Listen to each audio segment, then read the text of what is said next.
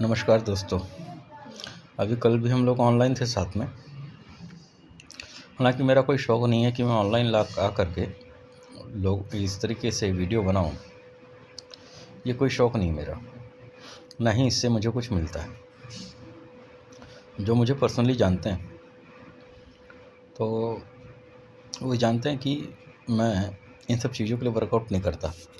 लेकिन मेरे कुछ अपने विचार हैं जो कि फ्रूटफुल है, जो गुरु परंपरा से मेरे को मिले। तो बस मैं और एक चीज़ और है कि भारत जो है हमेशा जो है वो एक दिव्य भूमि रही, जिसमें लोग हमेशा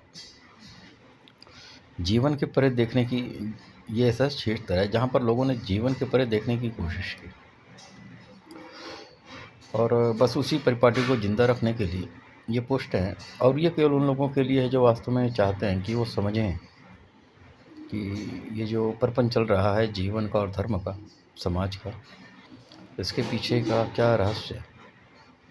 इस रहस्य को समझना महत्वपूर्ण है और इसीलिए सबके लिए नहीं, ये मेरी भाषा, ये मेरा जो है सबके लिए नहीं, कुछ जागरूक लोगों के लिए है जो कि चाहते हैं, जिनके अंदर चाह है कि वो जाने।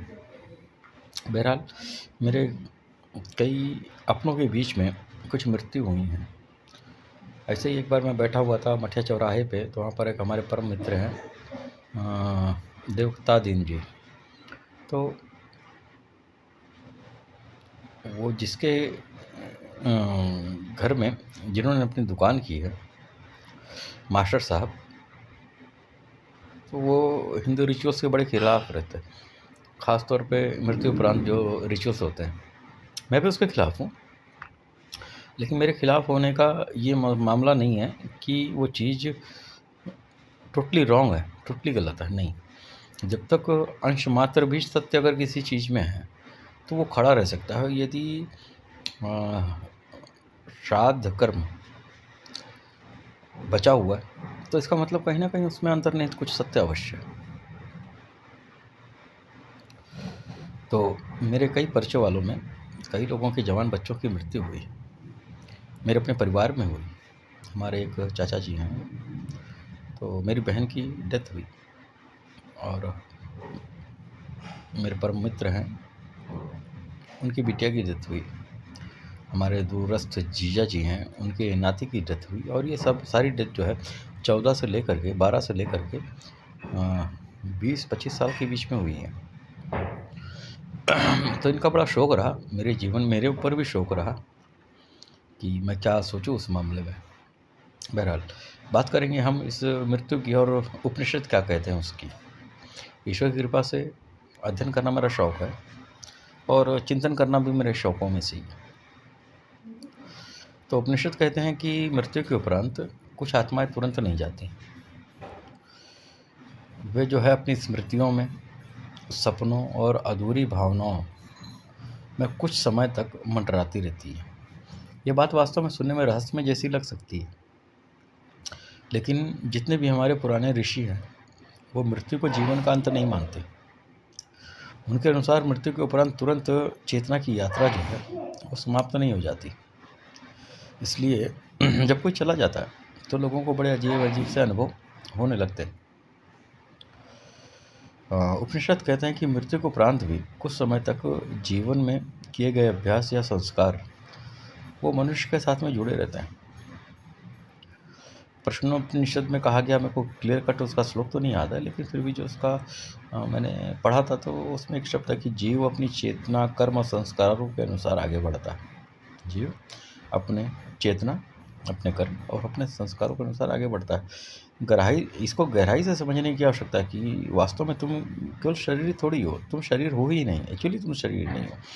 लेकिन शरीर के पीछे जो एक्चुअल रोल प्ले कर रहा है वो है पहले स्तर पे आपका मन, दूसरे स्तर पे आपका प्राण, तीसरे स्तर पे आपके संस्कार, चौथी स्तर पर आपकी संस्कृति, आपकी स्मृतियाँ जो कि जन्म जन्मांतर की हैं, और इसके पश्चात एक सूक्ष्म चेतना जिसकी वजह से आप अपने होने को महसूस करते हो। महत्वपूर्ण सूक्ष्म चेतना। बाकी तो ये जो 4 मैंने बताई कि मन, 3 मैंने बताई, मन, संस्कार और स्मृतियाँ, इस पर पड़े हुए छाप हैं, ये सब मौजूद हैं। शरीर मिट जाता है लेकिन ये जो चेतना है ये तुरंत शून्य नहीं होती। इसलिए मृत्यु के पश्चात जो शास्त्रीय विधि में हमारे पुराने व्यक्तियों के द्वारा जो एक इसका उपाय निकाला गया था वो है मंत्र, प्रार्थना, मौन, दीपक, गरुड़ पुराण का पाठ और श्राद्ध। ये उस मृतक शरीर के लिए नहीं, उस मृतक शरीर में निहित चेतना के लिए एक मार्ग जो है वो स्पष्ट हो सके, ये इसके लिए है। ये केवल परंपराएं नहीं है। ऋषियों के अनुसार ये सारे प्रकरण जो है उस सूक्ष्म चेतना की शांति के लिए है। जैसे कि अभी आप बड़े ही विह्वल हो किसी मुद्दे को लेकर के या बड़े परेशान हो, यदि यथाउचित कोई संभाषण करने वाला आपका मिल जाए और बात करते करते आपको उस चीज़ को स्पष्ट कर दे तो आप अंदर से शांत हो जाते हो। तो ठीक इसी प्रकार की जो गतिविधि है वो मृत्यु उपरांत हुए मृतक के साथ में होती है। आजकल के लोग इसको अंधविश्वास समझ सकते हैं, क्योंकि हो ये रहा ना कि आजकल के लोग केवल स्थूल चीज़ों को देख रहे हैं। जैसे कि हमारे मास्टर साहब, स्थूल चीज़ महत्वपूर्ण नहीं है, उपनिषद के ऊपर फिर से जाइए और उस पर फिर से गौर करिए।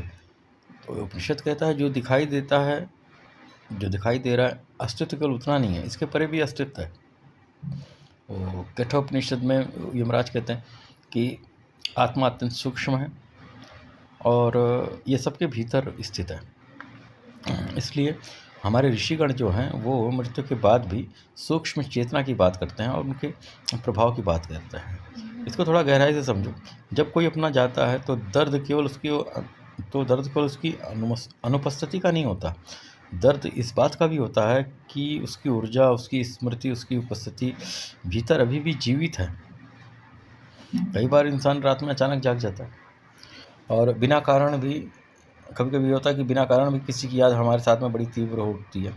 कभी ऐसा लगता है कि भीतर से हमें कोई पुकार रहा है। तो ऋषि कहते हैं कि हर चीज़ को तुरंत जो है भ्रम मत मानो ना, क्योंकि चेतना का संसार जो है बहुत गहरा है। आपने केवल क्या देखा है? आपने केवल उसके ऊपर का शिरा मात्र देखा है और उसी भाव में बहे चले जा रहे। यहाँ पर एक महत्वपूर्ण बात है, उपनिषद डर नहीं पैदा करने के लिए, वो जागरूकता पैदा करने के लिए कि आप जागो और समझो कि देखो क्या कह रहा हूँ, क्या हो रहा है। वो कहते हैं कि जो गया उसको पकड़ के रोको मत। जो देखो आदमी, आप प्रत्यक्ष उसको रोक नहीं सकते, लेकिन आप कोशिश करते हो कि आप अपने उसको मन, मस्तिष्क, हृदय में रुका के रखते हो। उसको रोको मत, उसको प्रेम दो, उसके लिए प्रार्थना करो ताकि उसको शांति प्राप्त हो। अब क्योंकि ये सारी चीज़ें बताई नहीं जा सकती उस वक्त जब आदमी अपने प्रेम में प्रताड़ित है, मोह में प्रताड़ित है, उसको ये सब चीज़ें नहीं बताई जा सकती। हालांकि हमारा जो हमारी जो संस्कृति है, हिंदुस्तान की संस्कृति, वो इस पर हमेशा खड़ी हुई है। ईशावास्य उपनिषद में कहा गया है कि शरीर भस्म हो जाता है लेकिन प्राण जो है वो अमर चेतना में विलीन हो जाता है। प्राण जो है, बात को समझना, बहुत गहरी बात है। प्राण और चेतना, प्राण जो है वो अमर चेतना में, अमर मतलब उस चेतना को मृत्यु नहीं है, और आप चेतना हो, उस चेतना को मृत्यु नहीं है, और यही सबसे रहस्यमय तत्व है जिसको तो मृत्यु कहते हो, ऋषि उससे एक द्वार कहते हैं। अब लोग इसको समझ नहीं पाते, इसका समझ तो पाते लेकिन स्वीकार नहीं कर पाते। यही समस्या है कि मनुष्य जो है शरीर को ही सब कुछ मानकर बैठा हुआ है। इसलिए मृत्यु के पश्चात का जीवन उसे अंधकार लगता है। जो जन्मा है वो केवल रूप है, अस्तित्व नहीं। वो रूप जन्मा, रूप बदलता है, चेतना यात्रा करती है, चेतना सदैव यात्रा में है। इसलिए कुछ साधक शमशान ध्यान करते हैं। क्यों? क्योंकि जहाँ सामान्य मनुष्य केवल भय देख रहा है, वहीं साधक जीवन के सबसे गहरे रहस्य का अध्ययन कर रहा है, उसको अनुभव कर रहा है कि यहाँ पर कोई भी चीज़ स्थायी नहीं है। जब ये तुम और धीरे धीरे यही समझ जो है वो साक्षी भाव का, विटनेस का जन्म देती है। और जब तुम्हें देखने लगते हो कि शरीर बदल रहा है, लोग आ रहे हैं, जा रहे हैं, समय सब मिटा रहा है, फिर ऐसा क्या है जो कभी नहीं बदला जा सकता? उपनिषद जो है उसी खोज का नाम है। धीरे धीरे साधक हर बदलती चीज से अलग हो जाता है। और एक दिन महसूस करता, और एक दिन पहली बार उस साक्षी को महसूस करता जो जन्म और मृत्यु दोनों को देख रहा है। शायद यही कारण है कि जो संत होते हैं, साधक होते हैं, वो मृत्यु से डरते नहीं, वो जानते हैं इस चीज़ को कि हमारा जो सफ़र है वो चेतना का है, ना कि शरीर का है। तो समझने वाली चीज़ है ये, और ये चीज़ जो है कि मेरे शब्द से किसी को समझ में नहीं आएगा, ये शब्द से समझ में आने वाली चीज़ ही नहीं है जब तक आपका अपना रुख उसकी तरफ नहीं होएगा। हमारे पापा के गुरुजी, मेरे पिताजी के, मम्मी के, और वो मेरे भी गुरु हैं। वो कहते हैं कि तुमने जीवन भर कमाया, जीवन भर बड़ी प्रॉपर्टी पैदा कर ली, बड़ा इंफ्रास्ट्रक्चर्स बना लिए, लेकिन उसके बावजूद जब तुम जाओगे तो खाली हाथ जाओगे। तो ये उनका संदेश नहीं है। उनका संदेश ये है कि खाली हाथ आए हो, खाली हाथ जाने की ज़रूरत नहीं है। ये उनका संदेश है। तो खाली हाथ आए हो, खाली हाथ जाने की ज़रूरत नहीं है। तो जो चीज़ तुम्हारे साथ जा सकती है उसकी तैयारी आपको अभी से करनी होगी, और कोई ऐसी चीज़ नहीं है, ये चीज़ मैं अभी आपको बता नहीं सकता, मैं आपको समझा नहीं सकता, क्योंकि ये खुद के करने से प्राप्त होती है। ये समझ, ये बूझ, ये स्वतः के करने से प्राप्त होती है, इसको मैं बता नहीं सकता।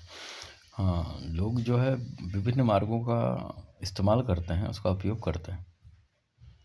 तो मैं मार्गों की बात नहीं कर रहा, मैं उस चीज़ की बात कर रहा हूँ, उस अनुभव की बात कर रहा हूँ जो कि हमारे जीवन में उतर करके हमारे जीवन को बैलेंस देता है। और ये सारी चीज़ें हमारे अपने समत्व के लिए हैं, सिर्फ समत्व के लिए, कि तुम अपने इस सफ़र को जान सको। चाहे आप उसे गुरु ग्रंथ साहिब का चश्मा पहन करके देखो, या उपनिषद का चश्मा पहन के देखो, या कुरान का, या बाइबल का, किसी का भी चश्मा पहन के देखो, दिखना आपको जो है वो यही है, जो समझ में आना है वो यही है। जब आप मूल पे गौर करोगे तो आपको चीज़ें समझ में आएंगी, और इस समझने के पश्चात ही आपका जीवन जो है धन्य हो सकता है, पूर्ण हो सकता है, और वास्तव में आप इस जीवन का आनंद ले सकते हो। तो ये सारी चीज़ें वहाँ इसलिए हैं कि हम इस चीज़ को समझें, हम इस चीज़ को समझें। और वास्तव में वो मेरे को याद आता है कि एक ज़माने में 2003 में मैंने एक बात पढ़ी थी मोरारजी जी बाबू की, और मैंने चूम लिया था उस दीवार को, जिस दीवार पे वो स्टिकर लगा हुआ था। तो हिंदुस्तान या पृथ्वी समझ लो ज्ञान से खाली नहीं है। फ़र्क इतना है कि आपका रुख किस तरफ है, आपका रुख किस तरफ है। तो आप सुखी हो सकते हो, आप आनंदित हो सकते हो, आप मस्त हो सकते हो, बस आप अपने कद से थोड़ा सा ऊपर उठिए और ईश्वर की कृपा हो जाए। आप सबका दिन शुभ हो। धन्यवाद।